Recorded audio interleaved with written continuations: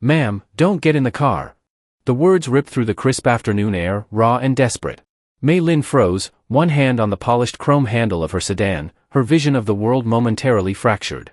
The city's hum, distant sirens, the murmur of traffic, the rustle of wind through the concrete canyon, faded, leaving only that ragged, terrified voice. Two men in dark suits, members of her security detail, moved as one. They converged on the source, a man in a gray janitor's uniform, his face pale and slick with sweat. He had burst from a service exit, a ghost materializing from the steel and glass facade of the Zhang Enterprises tower. His eyes were wide, fixed on her, pleading. "Stay back," he gasped. One of the guards, Jian Wu, commanded, his voice a low growl, placing himself squarely between Mei and the janitor, his body a solid wall. The other guard grabbed the janitor, spinning him around and slamming him against the limestone wall. The man's breath left him in a pained grunt, a set of keys clattering to the pavement. "Don't let her get in," the janitor gasped, craning his neck to keep his eyes on Mei. "Please, you can't." Mei's shock curdled into icy irritation. She was already 12 minutes behind schedule for a meeting that could not be rescheduled, its secrecy absolute. This was an unacceptable breach. "Jian," she demanded, her voice sharp enough to cut glass, pulling her hand back from the car door as if it were scorched. "What is the meaning of this? Who is this man?" "Chen Wei, ma'am," Jian said, his eyes scanning the street, the surrounding rooftops, every parked car. His hand drifted to the inside of his jacket. "He's on the night crew, maintenance. He's unhinged." The other guard grunted, wrenching Chen's arms behind his back. "No." Chen's voice cracked. "Listen to me, just for a second. The car, it's not safe." The word hung in the air, safe. In Mei Lin's world, it was filtered through layers of risk assessment and corporate espionage, but shouted by a frantic janitor on a city sidewalk, it meant only one thing. Jian's eyes narrowed. He looked at the sleek black sedan, then back at Chen's terrified face. Protocol took over, cold and swift. "Ma'am, step away from the vehicle now." Jian's tone was no longer a suggestion. He gestured to the other guard. "Lock it down. Get the police. Get the bomb squad. Full perimeter." Mei's jaw tightened. "A bomb? Jian, this is absurd. The man is clearly unwell." "Maybe, ma'am," Jian said, gently but firmly guiding her back toward the building's marble entrance. "But we don't get paid to take chances on maybe." Within minutes, the street was a swirling chaos of red and blue lights. Police cruisers sealed off both ends of the block, tires squealing as they formed a barricade. A crowd of onlookers gathered, phones held high. Mei stood just inside the lobby, watching through the plate glass. Her perfectly structured afternoon was now a heap of smoking ruins. Her driver had been ordered out of the car and stood pale-faced behind a police line. Chen Wei was on his knees on the sidewalk, hands cuffed behind his back, two officers standing over him. He wasn't struggling anymore. He just stared at the black sedan, now alone in the cordoned-off street like a tomb. He had stopped her. That was all that mattered. But as the first member of the bomb squad appeared in heavy protective gear, a cold dread washed over him. He hadn't thought this far, only about the blinding imperative to stop that car door from closing. He thought of his daughter, Xiaoli. He could picture her perfectly, sitting by the window of their small apartment, her sketchbook open on her lap. He saw the slight tremor in her hand as she drew, a subtle, cruel symptom of the disease stealing her from him, cell by cell. He remembered the last doctor's visit, the hushed, pitying tone. "The progression is faster than we anticipated, Mr. Chen. We're running out of options." That was a lie. There was an option. A new one. A cure, they called it. A miracle out of Huang Industries. He'd seen the name on the shredded papers he'd painstakingly taped together in the dim light of a custodial closet, his hands shaking. He'd seen the name of the trial, the lead researcher, and the primary test subject, and his blood had run cold. A low metallic groan snapped him back to the present. A bomb disposal robot rolled toward the sedan, its mechanical arm extending, camera eyes swiveling to examine the undercarriage. Mei watched, arms crossed, a knot of fury tightening in her stomach. The meeting was at a private airfield, the flight in less than an hour. She was supposed to witness the culmination of 2 years of secret, off-the-books funding. The moment she would finally see her brother again. She looked at the janitor. His head was bowed, shoulders slumped in defeat. He didn't look like a terrorist. He looked like a man drowning. An hour later, the verdict came: the car was clean. Every panel, every wire, every inch of the chassis had been swept. No bomb. No threat. Nothing. The police tape came down, the crowds dispersed, the bomb squad packed up. The only things left were the lingering echo of sirens and Mei Lin's cold, unadulterated rage. The two officers pulled Chen to his feet. You're looking at a felony, pal, one said. False report, inciting panic. The DA's going to have a field day. They were about to lead him to a cruiser when May stepped out of the lobby, her heels clicking on the pavement with the sharp, deliberate rhythm of a ticking clock. Jian moved to her side. Ma'am, we'll handle this. No, she said, her voice dangerously quiet. She stopped in front of Chen, her gaze so intense it felt like a physical weight. The officers paused, waiting. She looked at this man, this nobody, this ghost from the night shift who had cost her something immeasurably important. She didn't see a madman. She saw a terror too specific, too real, and she needed to know why. With a flick of her eyes, she dismissed the officers. They stepped back but remained close. You have 5 seconds, Mei Lin said, her voice barely a whisper but carrying the full force of her authority. Tell me why you just destroyed my day. And if I don't believe you, I will personally ensure the rest of your life is destroyed. Chen Wei's heart pounded, each beat a drum of panic. Her eyes, sharp as a winter storm, bore into him. This was the moment where his life either ended or veered into uncharted territory. He couldn't reveal everything. The shredded papers, the late-night research, the web of lies he'd barely begun to unravel. It would sound like madness. He needed one key to unlock her fury and prove this wasn't random. His throat was dry as sandpaper. He swallowed, the sound loud in the sudden silence. Neurosynaptic decay syndrome, he said, the words clumsy, alien in his mouth. For the first time, Mei Lin flinched. It was subtle, a slight widening of her eyes, a fractional tightening of her lips, but to Chen, who had staked everything on this moment, it was a chasm opening at his feet. He'd hit the mark. Her composure, a fortress built over a lifetime, resealed instantly, but the crack had shown. She knew exactly what he meant. That obscure clinical term was a secret buried under layers of corporate firewalls, non-disclosure agreements, and personal pain. To hear it from a janitor on a city street was like a ghost whispering in her ear. She turned to the officers, her tone shifting to command. This is a corporate security matter now, an internal one. I will handle Mr. Chen's debriefing. Release him to my security chief. The officer frowned. Ma'am, he committed a crime. We can't just. You can, and you will, May cut in, her voice leaving no room for argument. Zhang Enterprises will not press charges. We will, however, provide the city with a generous donation to the Police Benevolent Fund to compensate for the resources expended this afternoon. Send the paperwork to my legal department. It wasn't a request, it was a transaction. The officer exchanged a glance with his partner, then nodded. The cuffs were unlocked.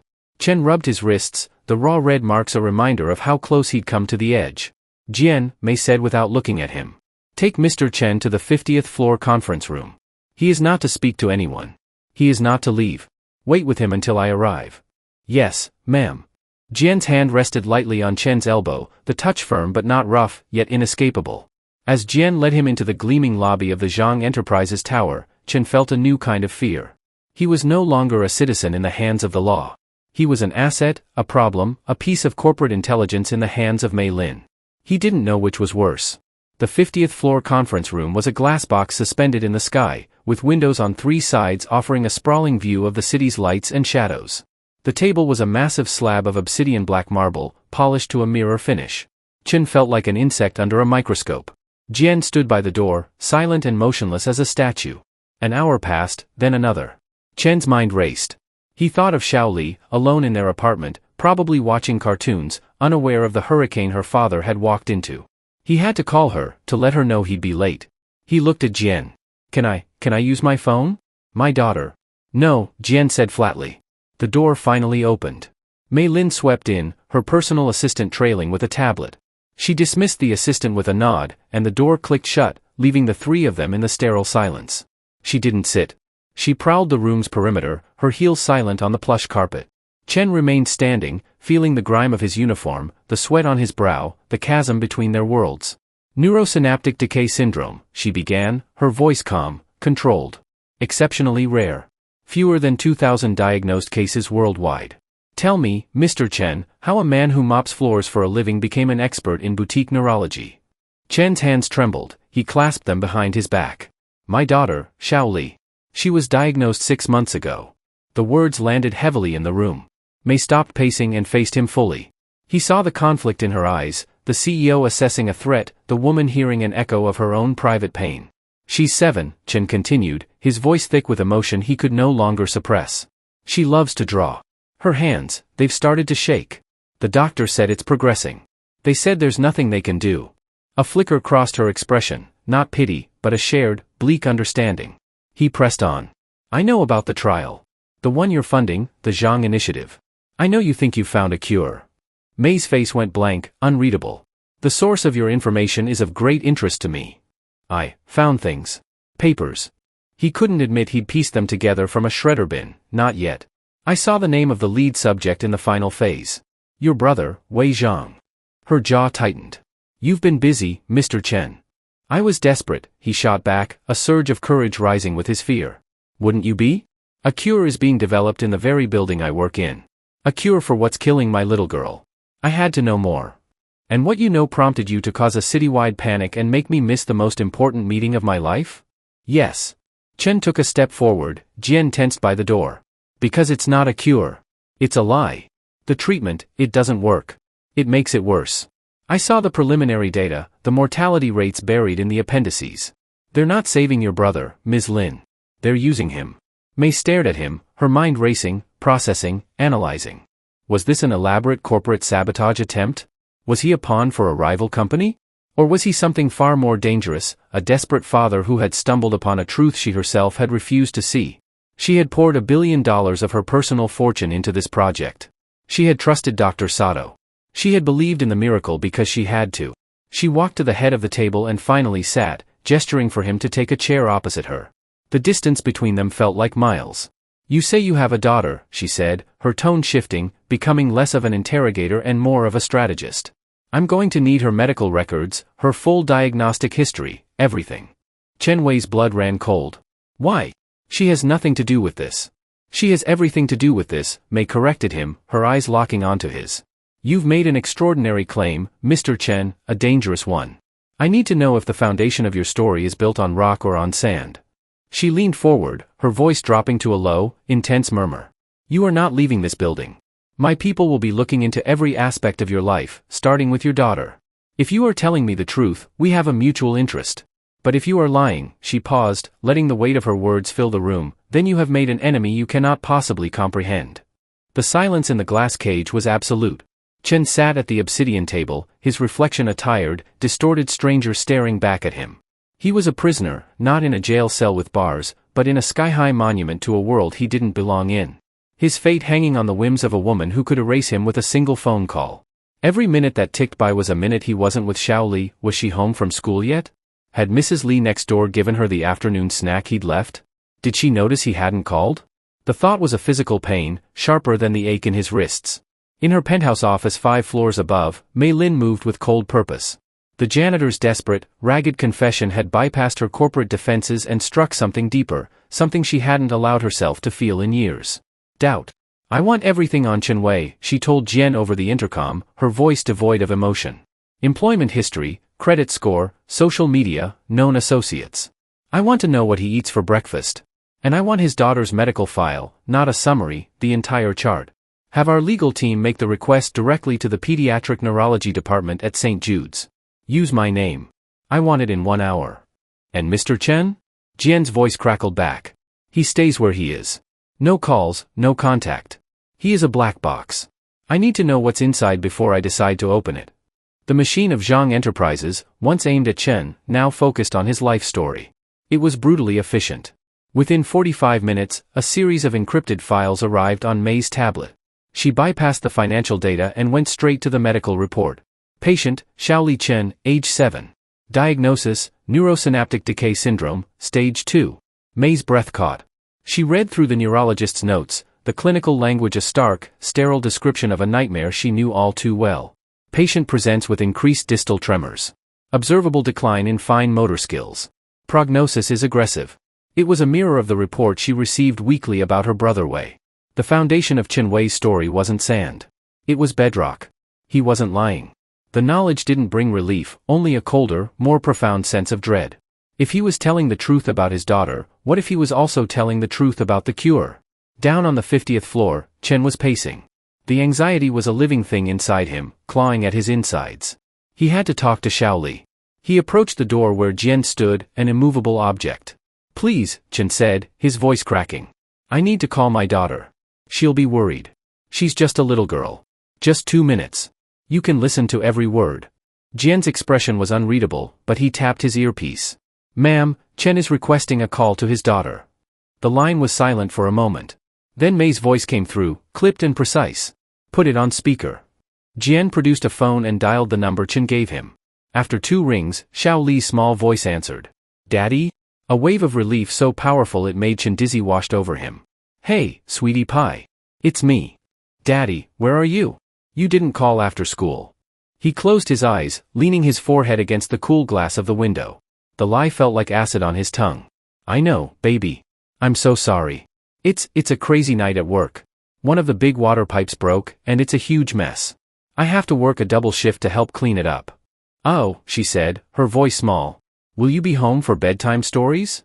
The simple question was a knife in his heart. "I'm going to try, Xiao Li. I'm going to try really, really hard.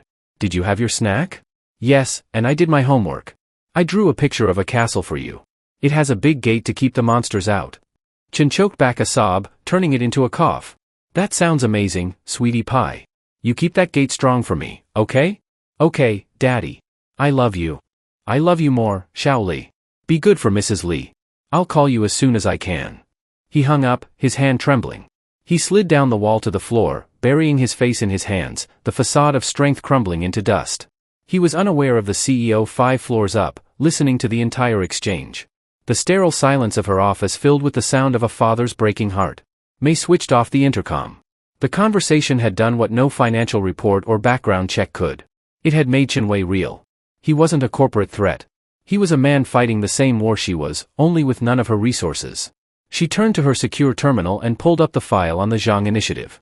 She scrolled past the glossy progress reports from Dr. Akira Sato, past the fabricated projections of success. Her eyes scanned the financials, the endless lists of acquisitions for the research facility, chemicals, lab equipment, containment units, and a name she had approved months ago but never questioned, a consulting payment to a firm called Helios Analytics. A quick encrypted search brought up the company's file. It was a shell corporation, its sole proprietor a doctor named Haruto Tanaka, a biochemist who had lost his license 5 years earlier for falsifying clinical trial data, a fact Dr. Sato had failed to mention. Mei Lin's blood ran cold. She had been so blinded by hope, so desperate for a miracle, that she had ignored the red flags, the little inconsistencies.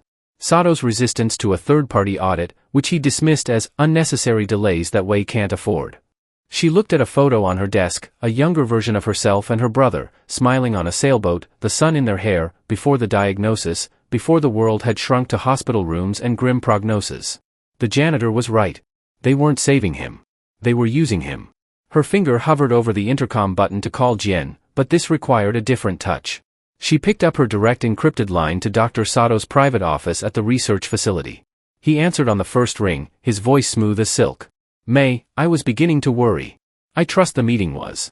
It was postponed," she said, her voice a chip of ice. She didn't give him time to respond. "Akira, I'm reviewing the Q3 expenditure reports. A payment was flagged for a consultant, Helios Analytics. I wasn't aware we had an outside firm analyzing the data. Can you clarify Dr. Haruto Tanaka's role in the trial?" The silence on the other end was deafening. It lasted only 3 seconds, but in that space, Mei heard everything. The frantic search for a lie, the shock of being caught, the cold clang of a trap springing shut. Finally, Sato's voice came back, strained, stripped of its easy charm. "Haruto Tanaka? That must be a clerical error. He has no formal role. He's an old colleague I occasionally consult for his historical perspective." "His historical perspective on falsifying data?" Mei asked, letting the question hang, cold and deadly. Dr. Sato sputtered. "Falsifying data? That man was a victim of academic politics. I will not have my integrity questioned, Mei, not after everything I've done for your family." "Your integrity is no longer a topic of discussion, Akira," Mei said, her voice dropping to absolute zero. "It is now evidence. You will not touch the facility servers. You will not delete a single file. And if you go anywhere near my brother, I will bring the full weight of the federal government down on you so fast your head will spin. Am I clear?" She didn't wait for an answer. She ended the call, the silence in her office ringing with the finality of a death sentence. The board was set. The enemy was flushed from the shadows. Now she had to move faster than him. She took her private elevator to the 50th floor. When she entered the glass-walled conference room, Chen Wei was on his feet, pacing like a caged animal. He looked up as she entered, his face a mask of exhaustion and fear. The power dynamic between them had irrevocably shifted. He was no longer just a suspect, and she was no longer just his accuser. They were two people on opposite sides of a canyon, now staring at the same monster on the other side. "You were right," she said, the words costing her a piece of her pride. She slid her tablet across the polished marble table. On the screen was the file for Helios Analytics and the damning photo of Dr. Haruto Tanaka. Dr. Sato has been paying a disgraced researcher who was barred for faking trial results. He panicked when I confronted him just now. He lied. Chen stared at the screen, then back at her. The validation did little to ease the terror in his eyes. It only confirmed the depth of the danger they were in. "He's going to move," Chen said, his voice barely a whisper. "He's going to accelerate his timeline." "Yes," May affirmed, her own voice tight. "The meeting you forced me to miss today, it was to witness the final results and authorize the final transfer of funds. Once that money is in his account, he and his data are gone. And my brother," she couldn't finish the sentence. Chen thought of the shredded documents, the fragments of sentences he'd pieced together. A phrase he hadn't understood at the time suddenly clicked into place: post-transfer asset liquidation. They weren't talking about stocks. They were talking about her brother. "He's going to kill him," Chen said, the realization hitting like a physical blow. "To bury the proof that the cure was a fraud." May nodded, her jaw tight. "Which means we have hours, maybe less. I need to know everything you saw, every word, every name. Don't leave anything out, no matter how small." For the first time, Chen felt a surge of agency. He wasn't powerless anymore. He was the only other person who knew a piece of the truth. "First, you have to promise me something." May raised an eyebrow. "My daughter," Chen said, his voice firm, unwavering. "If I help you, if we do this, you have to promise me you will protect her, no matter what happens." May studied his face, seeing the unshakable resolve of a father, a resolve she was beginning to understand in herself. "Your daughter's safety is non-negotiable," she said, her tone softening for the first time. "If we expose this, I will personally fund her treatment with a legitimate medical team, wherever in the world we have to go. You have my word. As a woman, not as a CEO." It was a vow. It was enough. Chen recounted every detail he could remember: offshore bank account numbers, chemical formulas that didn't match public patents, and the name of a transport company scheduled for a medical waste disposal pickup from the facility's back dock at 6 a.m. the next morning. "It's not waste," May murmured, her face pale. "It's way." She sprang into action, her mind a whirlwind of strategy. "Jian," she barked into her intercom. "Get the jet ready for Black Ridge Airfield. And I need full schematics for the North Valley Research Facility, architectural, security, and HVAC. Now." She turned back to Chen Wei. "I can get a team of federal marshals there, but it will take a judge. Warrants, it could take 12 hours. We don't have 12 hours. Sato will be gone by then. We have to get in tonight." "They'll be watching the main entrance," Chen said, his mind already piecing things together. "The gates, the cameras. They'll expect a frontal assault." Jian Wu entered with a tablet, projecting the facility's intricate blueprints onto a screen that descended from the ceiling. It was a fortress, a single-access road, electrified perimeter fencing, motion sensors. A full tactical assault would be a siege. "Ma'am," Jian said gravely. "It's impossible on this timeline." Chen stepped closer to the screen, his eyes scanning not the main structures, but the spaces in between. His finger landed on a small, insignificant-looking icon on the far side of the compound. "What is that?"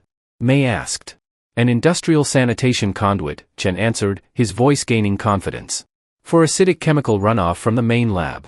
It's shielded, reinforced, and it empties into a drainage culvert half a mile outside the perimeter fence." Jian frowned. That conduit would be less than 30 inches wide, and it would be connected directly to their waste processing. "It's a suicide run." "Not if their waste processing isn't active," Chen countered. "The documents I saw had a maintenance schedule. The primary filtration system is shut down for cleaning every night between 2 and 4 a.m. They wouldn't be running experiments then. To save on power, they'd put the lab in standby." May stared at him, a flicker of awe in her eyes. He saw the building not as a fortress but as a network of vulnerabilities. He saw it the way a janitor would. "You're saying we could get inside through a sewer pipe?" "I'm saying," Chen corrected her gently, "that he'll be watching the front door for a CEO. He'll never be watching the drains for a janitor." A heavy silence filled the room. The plan was insane. It was reckless. It was the only chance they had. May looked from the schematic to Chen's determined face, then to Jian. "Get the gear," she commanded. "We're going in, and Mr. Chen is coming with us." The jet ascended into the night, a silent ghost leaving the city's glittering grid behind. Chen sat stiffly in a cream-colored leather seat that cost more than his car, the janitor's uniform feeling like a costume in this world of polished wood and silent efficiency. Across from him, Mei Lin had shed her CEO persona and was now a field commander, her face illuminated by the cold blue light of the schematics on her tablet. Jian sat beside her, methodically checking a set of compact high-tech gear. The silence on the plane was heavy, filled with the unspoken fear and desperate hope of their mission. Chen's world had been upended in less than 12 hours. He clutched the armrests and thought of Xiaoli. He pictured her drawing of the castle, the gate meant to keep monsters out. Tonight, he was walking through the gate to face them. Mei looked up, her gaze analytical but no longer hostile. "Tell me about her," she said, her voice quiet, cutting through the engine's hum. Chen blinked. "Who?" "Xiaoli," Mei clarified. "You're risking your life. I want to know why." He swallowed, the lump in his throat feeling like a stone. She's bright," he began, his voice rough. "She's funny. She asks a million questions. Her favorite color is yellow, the color of the sun right when it wakes up. She wants to be an astronomer. Says she wants to discover a new star and name it after her mom." He trailed off, the memory of his late wife a sudden sharp ache. Mei didn't offer pity. She just listened. "My brother Wei," she said, her voice dropping so low Chen had to strain to hear it. "He used to sail. He loved the ocean. He said it was the only place where you could feel how big the world was and how small your problems were. The last time we spoke, he told me he just wanted to feel the sun on his face one more time without feeling like he was fading away." In that moment, they weren't a CEO and a janitor. They were just two people bound by the same cruel disease, sharing stories of the people they were trying to save. An hour later, the luxury of the jet was a distant memory, replaced by the damp chill of a forest floor. They moved in tactical silence, the only sound the crunch of their boots on fallen leaves. Then they saw it, a high chain-link fence topped with razor wire, and beyond it, the North Valley Research Facility, a low, dark shape against the starry sky. Chen led them along the perimeter to the spot from the schematic. The drainage culvert was a concrete tube half hidden by overgrown weeds, the air thick with a chemical tang. Jian produced heavy bolt cutters and snipped through a rusted iron grate. "It's 2:15 a.m., he whispered, handing out night vision goggles. "The filtration system should be offline for another hour and 45 minutes. If we're not out by then, this pipe will flood with corrosive chemicals. We go in, we find the brother, and we get out. No deviations." The crawl was a claustrophobic nightmare. Chen followed Jian into the pipe, the space shockingly tight. They moved on hands and knees through a slick of cold, foul-smelling residue, the world reduced to the eerie green glow of their goggles and their own ragged, echoing breaths. The pipe was a perfect amplifier, turning every scrape of a knee and gasp for air into a deafening noise. It felt like being buried alive, a slow, miserable journey through the building's foul intestines. Finally, after what felt like an eternity, Jian stopped. "We're here," he breathed into the comms. Ahead, a vertical steel grill blocked their path. Beyond it, Chen could make out the shapes of pipes and machinery in a cavernous sub-basement. They had made it inside. A surge of adrenaline shot through him. Jian readied a small hydraulic tool to pry the grill open, but he paused, holding up a hand for silence. He peered through the bars, his body going rigid. He slowly lowered the tool. "What is it?" Mei whispered into her comm, "What's wrong?" Jian backed away from the grill, his movement slow and deliberate. He looked back at them, his eyes wide in the green glow of the goggles. "We have a problem," he breathed, his voice tight with alarm. "The lab isn't on standby. There are 2 men down here. They're armed." The whisper echoed in the tight metallic space, sharp as a shard of glass. "Armed?" Chen's blood went cold. This wasn't part of the plan. The entire mission was predicated on a sleeping building, a skeleton crew. Instead, they'd crawled directly into a hornet's nest. Through the grill, he could see them, 2 men, not in security uniforms, but in dark, functional gear. They wore boots that made no sound on the concrete floor and carried compact submachine guns with practiced ease. They weren't guards. They were soldiers. And they were moving with a predatory stillness, their eyes scanning the shadows as they loaded large sealed biohazard containers onto a heavy-duty pallet near a freight elevator. "They're not patrolling," Jian breathed back. "They're staging. Loading out." Chen's eyes locked onto the white containers, his heart seizing. He remembered the line item from the shredded documents, transport and disposal contract. Biowaste Class 7. The pickup wasn't scheduled for 6 a.m. It was happening now. "That's it," Chen whispered, his voice tight with dawning horror. "That's the transport." Sato moved up the timeline. "As soon as you called, he initiated the protocol." "Asset liquidation," Mei hissed, the corporate euphemism tasting like ash in her mouth. They were no longer breaking in to find proof. They were trying to stop a murder in progress. The ticking clock wasn't the 4 a.m. sanitation flush anymore. It was the closing doors of that freight elevator. "We can't get through here," Jian stated, the finality in his tone chilling. "They have a clear line of sight. We'd be cut down before we took 2 steps. Panic, cold and sharp, pricked at Chen's mind. They were trapped. He squeezed his eyes shut, forcing himself to see the blueprints he had studied for hours. He wasn't a soldier. He was a janitor. He saw what they didn't. "The shaft," he breathed, his voice urgent. "The lab supply dumbwaiter.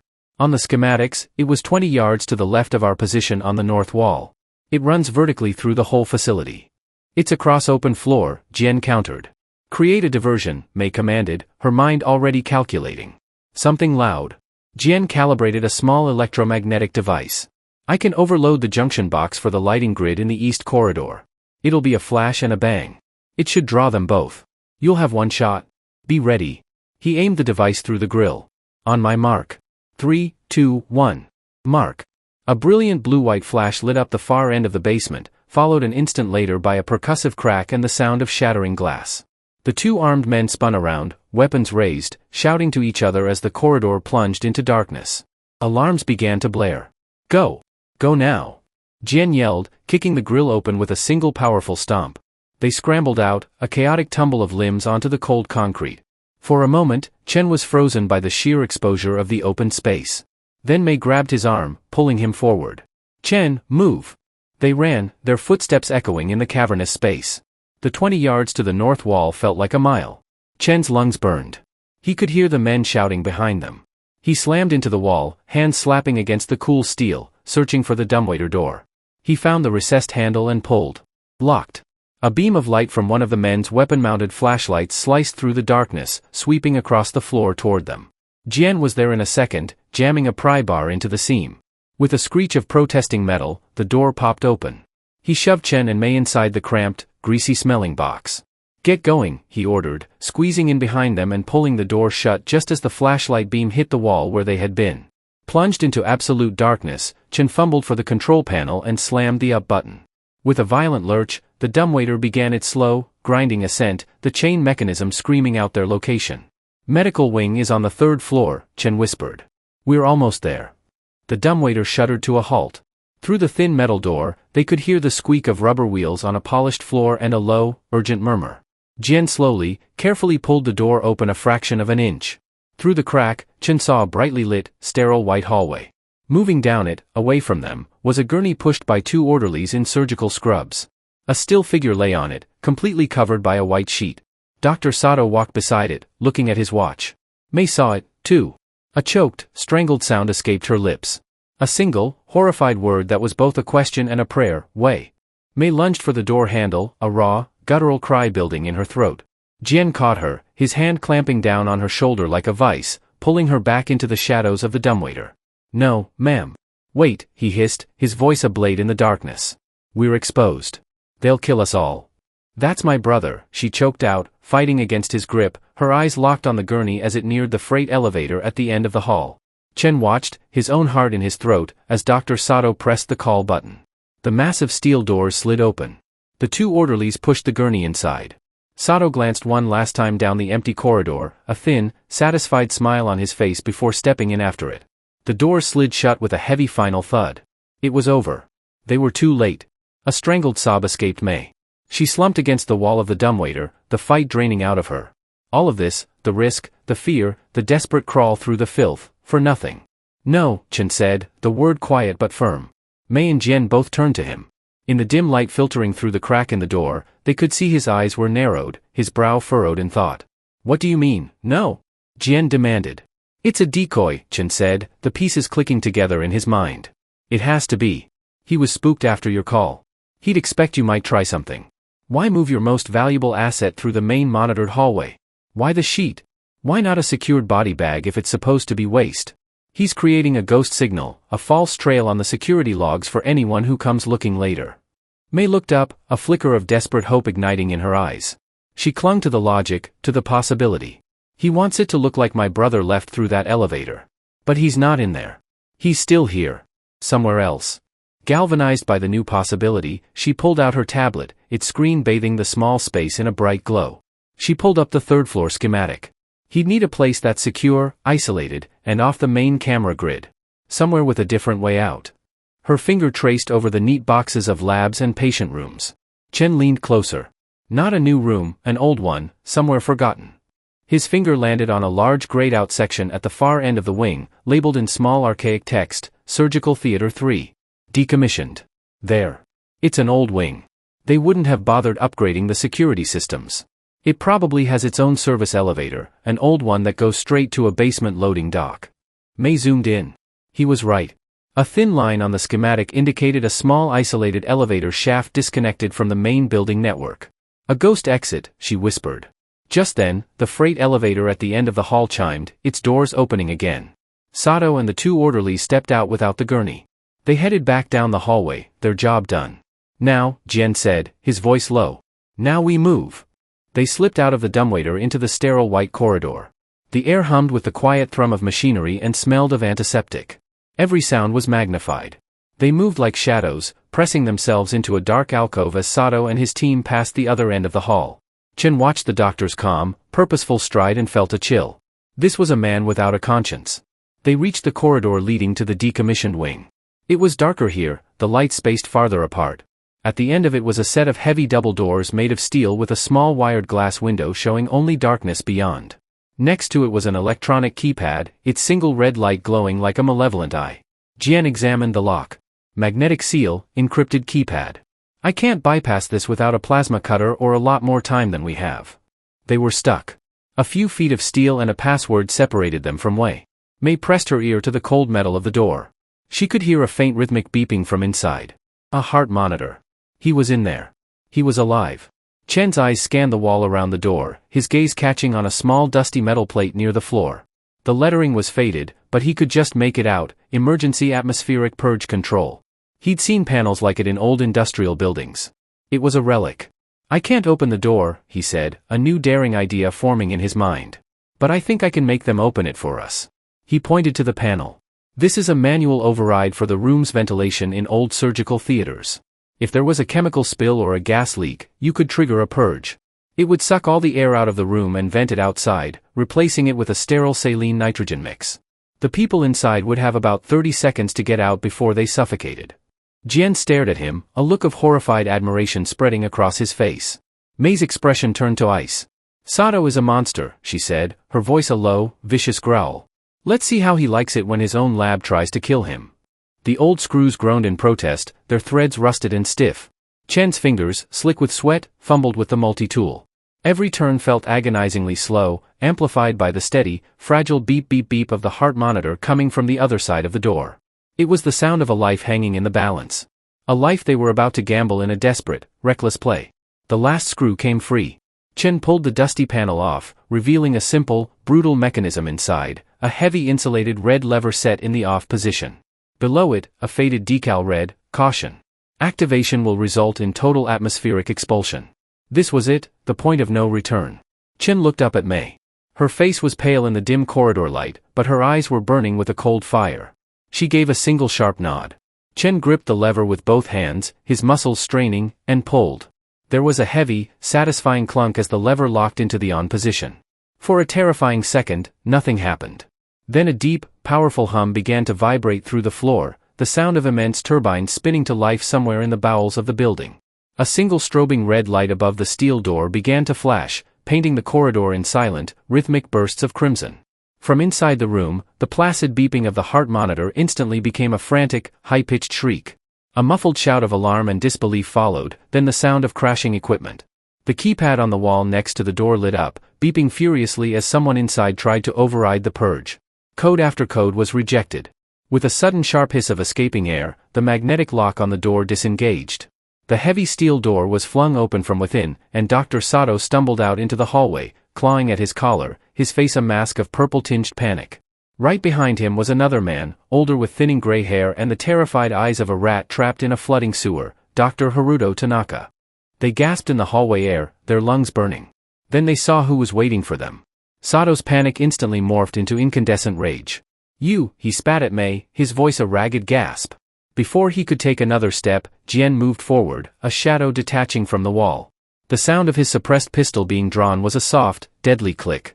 On your knees, Jian commanded, his voice a low, flat line of authority. Hands on your head. Now. Tanaka crumpled instantly, whimpering as he dropped to the floor. Sato hesitated, his eyes blazing with hatred, but the cold, unwavering barrel of the gun aimed at his chest made the decision for him. He slowly, shakily knelt beside his partner. May didn't even glance at them. She pushed past, her entire world narrowing to the open doorway. She stepped into the decommissioned surgical theater, a sterile nightmare of stainless steel and dark glass, the air thin and vibrating with the thrum of the purge system. In the center of the room, on an operating bed, lay her brother. Wei was terrifyingly still, his skin the color of old parchment. A web of tubes and wires connected him to a bank of monitors that screamed with alarms. Wei, she whispered, her voice breaking. I'm here. Behind her in the hallway, Sato began to laugh, a high, unhinged sound. You're too late, he screeched, his voice echoing. You have no idea what you've just interrupted. That final protocol was delicate. You've killed him. May ignored the ranting. She stared at the machines, at the 4 bags dripping fluids into her brother's veins. The heart monitor's alarm was deafening. He was crashing. The purge, the shock to his system, it was too much. Chen stepped into the room behind her. He wasn't a doctor. He didn't understand the complex machinery. But he was a janitor. He understood systems. He saw order. And more importantly, he saw what was out of place. His eyes scanned the array of 4 lines. Most were standard clear bags with printed pharmaceutical labels. But one was different, a smaller, unlabeled bag of dark amber-colored fluid. Its tube was a different gauge from the others, connected not to the main 4 stand but tucked away, almost hidden beneath the gurney. It looked like an afterthought. A secret. That one, Chen said, his voice cutting through the noise. He pointed. Ms. Lin, that bag. It doesn't belong. May's eyes followed his finger. She saw it. Without a second's hesitation, she reached down and ripped the needle from the port in her brother's arm, tearing the tube free. The amber liquid dripped onto the white linoleum floor like poison. For a moment, the frantic shrieking of the heart monitor continued. Then, miraculously, the rhythm began to slow. The sharp, panicked peaks and valleys on the screen softened, settling into a steadier, weaker, but distinctly regular beat. Beep, beep, beep. May stared, her hand pressed to her mouth as tears streamed down her face. Chen had just saved her brother's life. The shared moment of relief was shattered by a new sound, the thud of heavy boots running down the main corridor. Shouts. The armed cleaners from the basement, alerted by the alarms, were coming. Jian glanced from his 2 prisoners to the open doorway, then back to May. His face was a grim mask. They're here, he said, and they're not going to knock. The heavy steel door shuddered as something slammed into it from the outside. Then again, a coordinated, rhythmic boom that echoed the frantic beating of Chen's own heart. Barricade it. Jian commanded, shoving Sato and Tanaka toward the far wall. While Jian zip-tied the prisoners' hands with brutal efficiency, Chen and Mei threw their weight against a heavy-wheeled bank of defunct medical monitors, rolling it in front of the door. The ancient casters screamed in protest. The door buckled again, a small dent appearing in the steel. It won't hold for long, Jian said, his voice grim. They'll breach it in 2 minutes, maybe less. He checked his weapon, the slide clicking home with deadly precision. We need another way out. The service elevator, May said, her eyes already scanning the room, remembering the ghost exit from the blueprints. There, Chen pointed to the back of the theater behind the main observation gallery. A wall of obsolete stainless steel autoclaves and sterilizing units stood like silent sentinels. It has to be back there.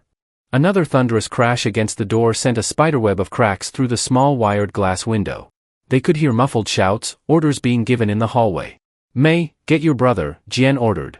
Chen, with me. We clear a path. The next 90 seconds were a blur of frantic, desperate action. May disconnected the essential monitors, her hands surprisingly steady as she transferred Wei's 4 drip and the portable heart monitor to the gurney itself. Her brother remained unconscious, oblivious to the chaos erupting around him.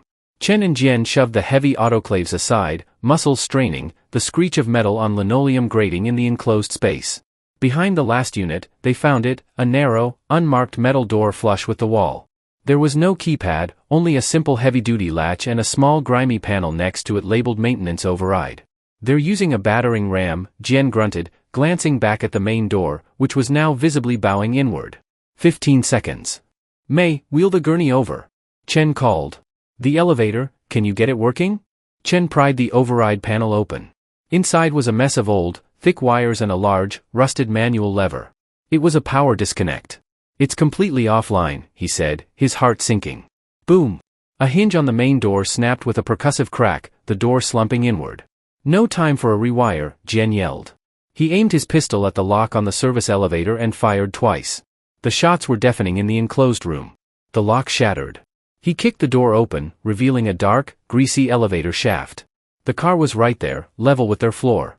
Manual crank, he said, pointing to a large spoked wheel on the wall inside the shaft. It's our only shot.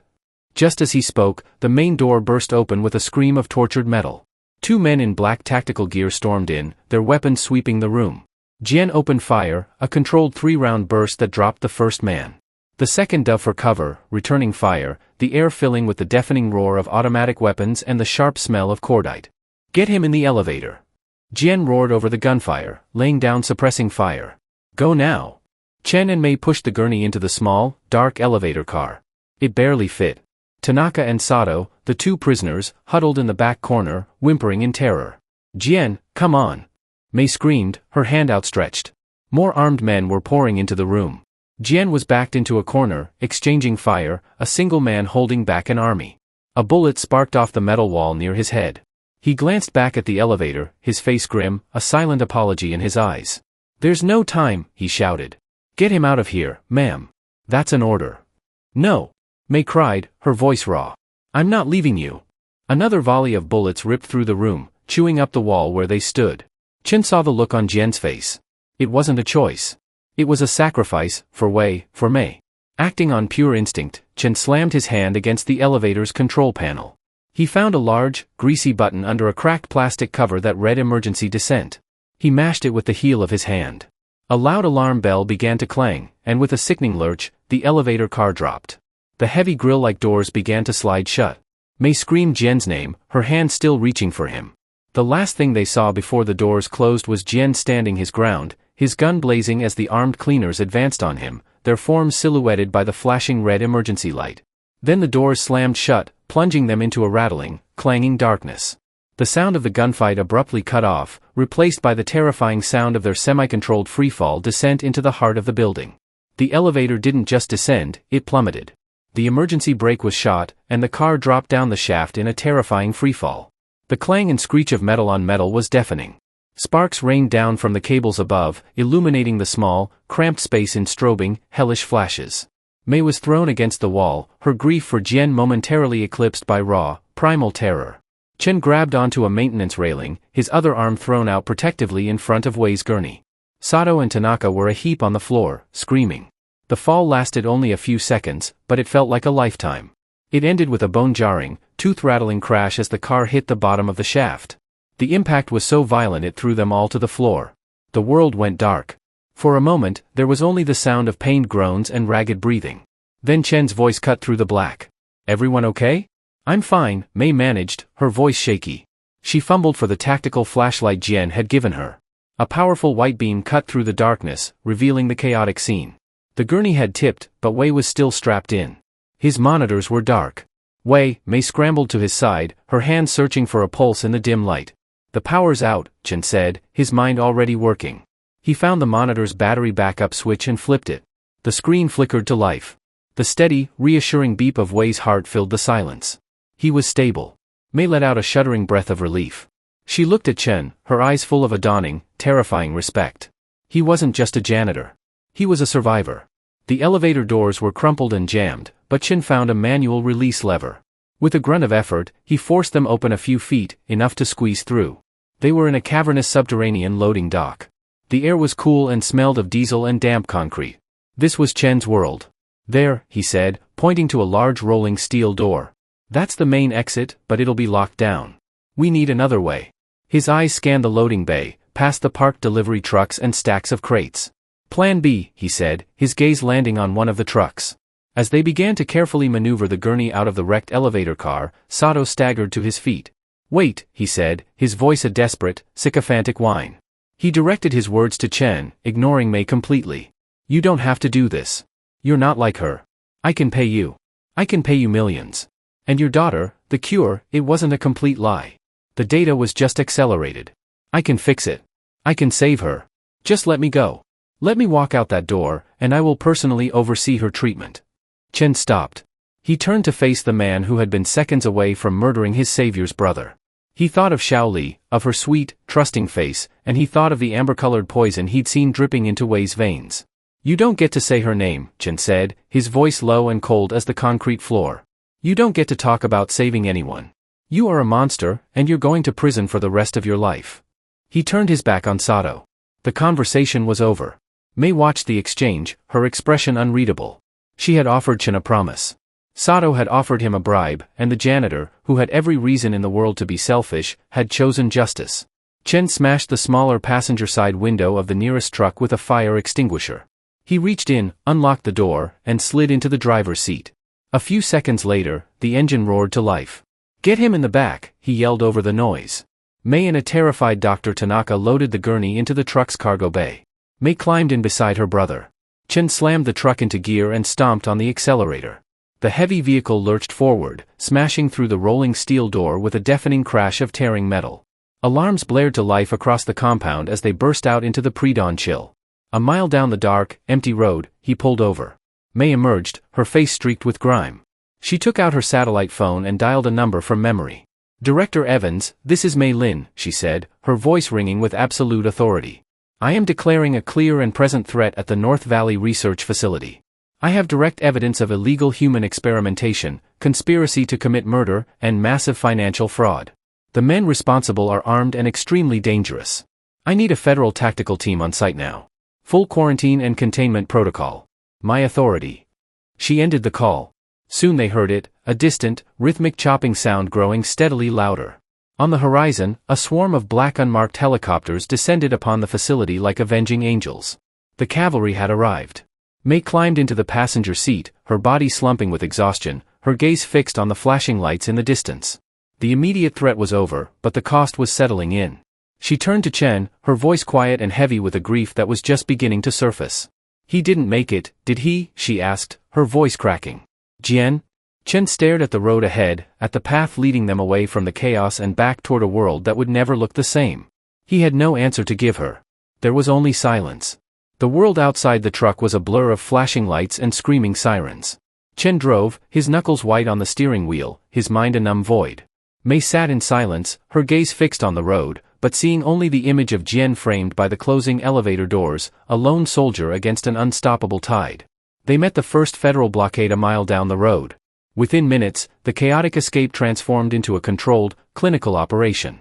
Medics swarmed the truck, carefully transferring a stable but still unconscious Wei to a waiting life-flight helicopter. FBI agents took a sputtering, protesting Dr. Sato and a catatonic Dr. Tanaka into custody. A brisk, professional agent tried to question Mei, but she cut him off. "I will give my full statement in 1 hour," she said, her voice like steel. "My priority right now is my brother." She looked at Chen. "And him. He stays with me." The first days were a blur of hospital corridors, guarded debriefing rooms, and the constant, quiet hum of medical machinery. The raid on the North Valley facility had been brutally efficient. Sato's entire operation was dismantled, his network of corrupt researchers and hired guns apprehended in a single decisive stroke. The full, monstrous truth of his fraud was laid bare for the world to see. Mei sat in a private waiting room, her gaze fixed on the city beyond the window, when Director Evans of the FBI entered. "He's a hero, Ms. Lin," he said without preamble. "My men breached the surgical theater and found him surrounded by 4 unconscious assailants. He was out of ammunition, but he was still standing. He's in critical condition, but the doctors say he's going to make it." Mei closed her eyes, a single tear tracing a path through the grime on her cheek. Jian. He had survived. That news became the foundation of their new reality. While Wei began the long, slow journey of recovery, his body purged of Sato's poisons, Mei waged a different kind of war. She fulfilled her promise to Chen. She took the real, untainted data from Sato's research and established the Linchin Foundation, a multi-billion-dollar initiative to find a legitimate cure, bringing together the world's best and brightest neurologists. Their first 2 patients were Wei Lin and Xiaoli Chen. 6 months later, the first real sun of spring was spilling through the branches of a giant oak tree, dappling the lawn in shifting patterns of gold. From the porch of a comfortable, quiet house nestled in a neighborhood far from the noise of the city, Chen watched his daughter chase a soccer ball across the grass. Xiaoli ran. She didn't stumble. Her laughter was bright and effortless. And when she kicked the ball, her movements were sure and steady. Her hands, the hands that used to tremble when she held a crayon, were now strong enough to catch a ball thrown a little too hard by her new best friend. Wei Lin, leaning against the porch rail, laughed as the ball bounced off his chest. He still walked with a cane, a faint reminder of the storm he had weathered. But his eyes were clear and full of life. "Hey, watch it, superstar," he teased Xiao Li. "You're going to put me back in the hospital." "Nah, she giggled, running to retrieve the ball. "You're too strong for that." Chen smiled, a deep, genuine smile that reached his eyes. The experimental gene therapy developed by the Foundation had worked. It had not just halted the disease, it had begun to reverse it. Mei stepped out onto the porch, carrying 2 glasses of lemonade. She handed one to Chen, their fingers brushing. The gesture was simple, familiar. The chasm between their worlds had closed, replaced by a bridge built of shared trauma and mutual respect. "Look at them," Mei said softly, her gaze on her brother and Chen's daughter. The ice that had once encased her had melted, leaving behind a strength that was warmer, more human. "A few months ago, I was buying a lie because I was too afraid to face the truth. And you? You were willing to burn your own life down just to shine a light on it." Chen watched Xiao Li score a goal between 2 lawn chairs, her arms raised in triumph. "I wasn't trying to be a hero," he said, his voice quiet. "I was just trying to be a dad." "That's what heroes are, Chen," Mei replied. "Just people trying to protect the ones they love." At the edge of the lawn, a man with a slight limp of his own watched the children play, a quiet, satisfied smile on his face. Jian, now retired, had refused to be anywhere else. Xiao Li came running up to the porch, her cheeks flushed, her eyes bright. She held up a piece of paper, a new drawing. It wasn't a castle with a gate to keep monsters out. It was a simple picture of a house with a big oak tree. Under the tree, 5 stick figures held hands, a man with a cane, a little girl with a bright yellow shirt, a quiet man who watched from a distance, and in the middle, a man and a woman standing close together. Above them all, a giant sun shone down, its rays touching each one of them. Chen took the drawing, his throat tight. He looked at Mei, and in her eyes, he saw the same reflection of their impossible journey. They had started in a world of glass towers and custodial closets, of power and invisibility. But together, they had faced the monsters, and won. But by walking through the fire together, they had found their way here, to this porch, on this sunny afternoon. They had found their way home. And that's where we leave it for now. Every time I weave a tale like this, I hope it offers you a brief escape, a chance to lose yourself in another world for a while. I'd love to hear what you were doing while reading, maybe unwinding after a long day, driving through the night, or stealing a quiet moment somewhere. Drop a line in the comments, I read every single one. And if you enjoyed this story and want to ensure you catch the next one, hitting that like and subscribe button makes a world of difference. It's like a beacon to the universe that our paths should cross again. Thanks for spending this time with me.